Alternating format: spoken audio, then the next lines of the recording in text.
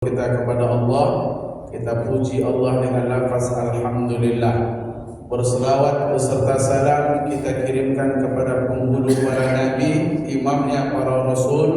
Allahumma salli ala Sayyidina Muhammad wa ala ali Sayyidina Muhammad. Bapak Ibu jamaah yang dimuliakan Allah, ada salah seorang sahabat Nabi namanya Qais bin Sa'ad. Qais bin Sa'ad ini adalah seorang sahabat Nabi yang cukup dermawan.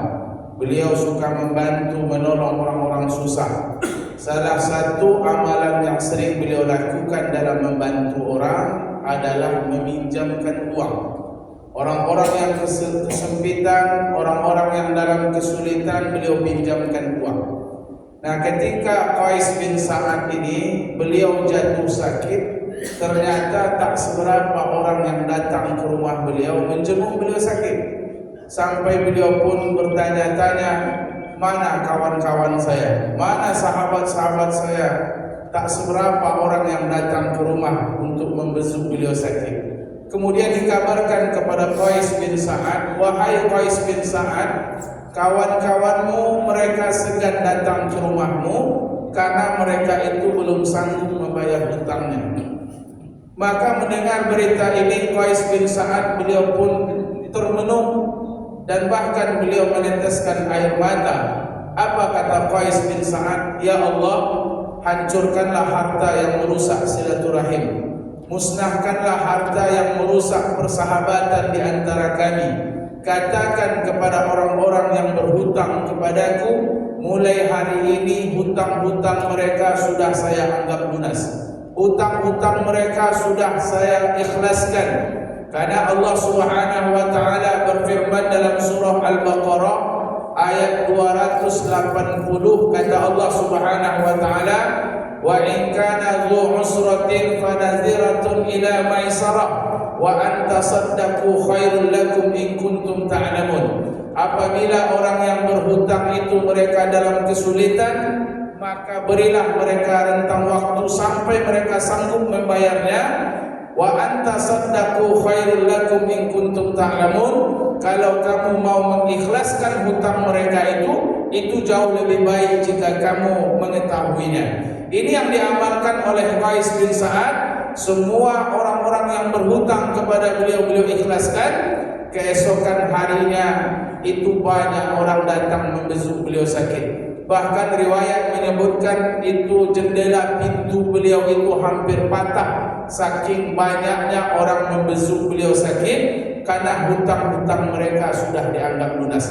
Hadirin jamaah yang dimuliakan Allah Subhanahu wa taala, ini akan kita sampaikan di waktu yang sangat terbatas ini tentang hutang piutang. Kenapa ini kita angkat tema di waktu yang singkat ini?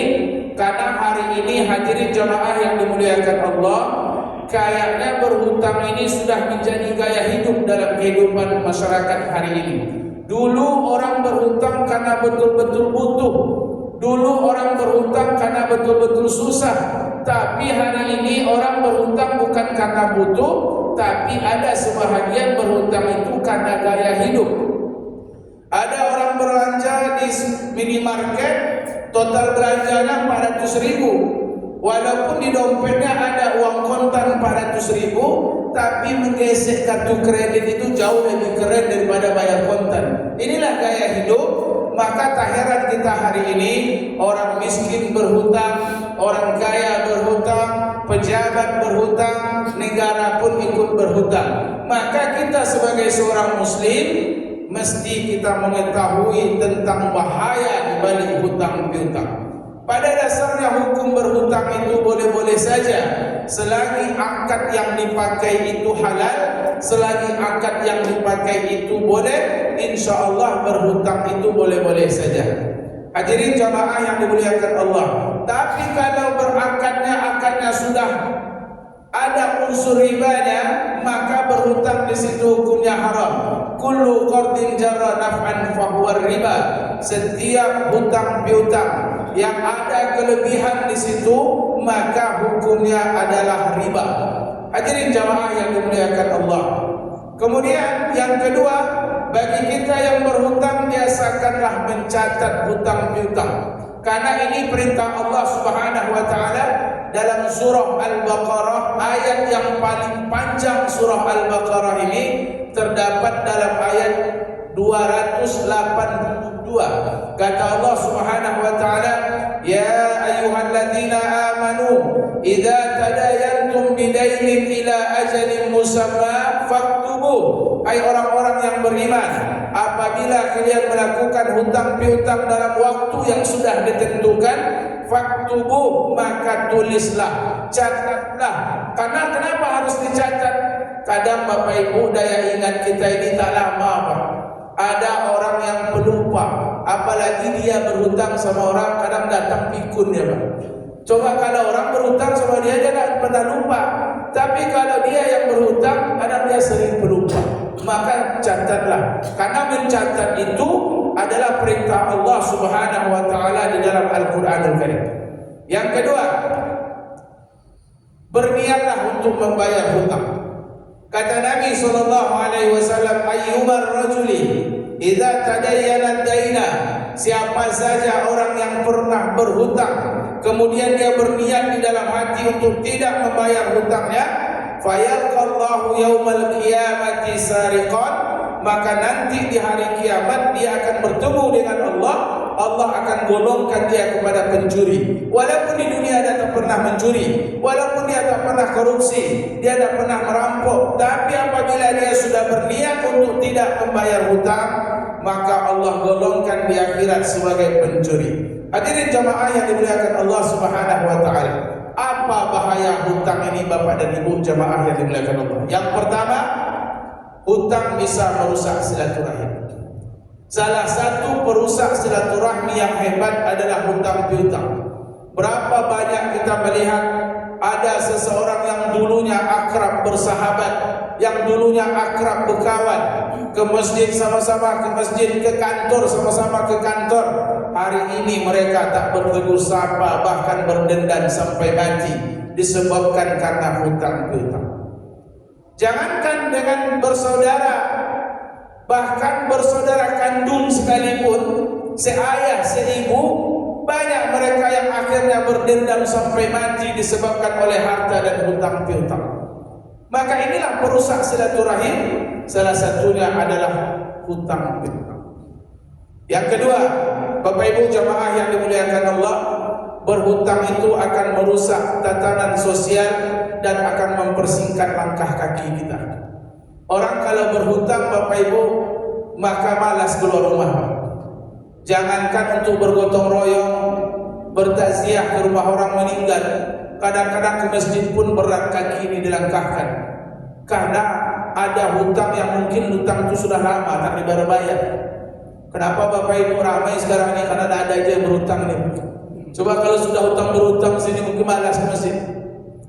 Kemudian apabila dia mati, ada bahaya yang mengintai. Di antaranya kata Nabi SAW, man mata wa alaihi dinarun wa dirham faqudiya bihasanati. Siapa yang mati sedangkan dia meninggalkan hutang yang belum terselesaikan, faqudiya bihasanati, maka amal ibadahnya lah yang akan melunasi hutang-hutang tersebut. Ibadah solat kita, pahala puasa Senin Kamis, pahala baca Quran, pahala i'tikaf di masjid, nanti amal itu ditimbang oleh Allah Subhanahu wa taala, kemudian diberikan kepada orang-orang yang dulu pernah dipinjam hartanya dan tidak dikembalikan. Alangkah ruginya kita Bapak Ibu jamaah yang dimuliakan Allah. Fa illam yakun hasanat, andai kata amalnya tak cukup untuk membayar hutangnya, fa akhadahu Allah min sayyi'at faturihat alaihi, Allah ambil dosa-dosa orang lain dan disuruh dia untuk memikul dosa orang lain. Nauzubillah min dzalik. Yang kedua, bahayanya berhutang ini, kata Nabi SAW, yughfaru lisyahidi ila daina, Allah mengampuni dosa orang yang mati syahid kecuali hutangnya. Orang yang berjuang di jalan Allah, membela kalimah la ilaha illallah, kemudian dia gugur sebagai syahid, semestinya dia langsung masuk surga. Jasadnya tak perlu dimandikan, kuburkan dia bersama pakaian yang berlumuran darah. Seharusnya pintu surga terbuka untuknya, tapi terhalang disebabkan masih ada hutang yang belum terselesaikan. Hadirin jamaah yang dimuliakan Allah Subhanahu wa taala. Maka itu pesankan kepada anak-anak kita.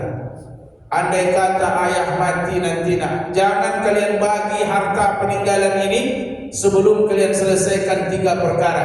Yang pertama, keluarkan biaya penyelenggaraan, beli tanah pekuburan, beli kain kafan, beli sewa mobil dan lain sebagainya. Yang kedua, tunaikan wasiatnya jika almarhum pernah berwasiat. Yang ketiga, bayar hutang-hutangnya.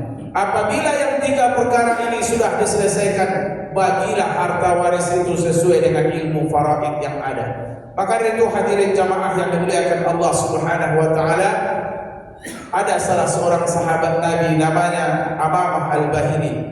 Pada satu hari beliau bermenung di depan Masjid Nabawi dalam keadaan murung. Kemudian tiba-tiba datang Rasulullah bertanya, "Ada apa dengan engkau wahai Amamah Al-Bahili?" Kata Amamah, "Ya Rasulullah, saya sedang dililit hutang. Jangankan untuk membayar hutang, untuk makan pun kami susah ya Rasulullah." Maka Nabi mengajarkan satu doa kepada Amamah Al-Bahili. Allahumma Rabbana, Allahumma inni a'udzu bika minal hammi wal hazan, wa a'udzu bika minal ajzi wal kasal, wa a'udzu bika minal jubni wal bukhli, wa a'udzu bika an ghalabatid daini wa qahrir rijal.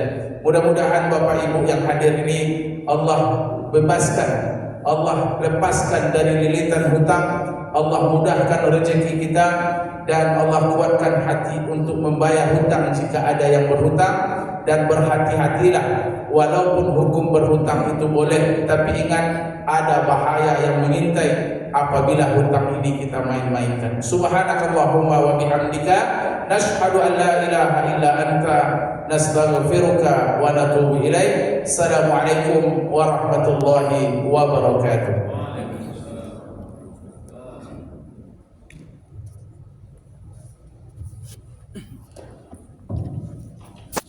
Allahu Akbar, Allahu Akbar.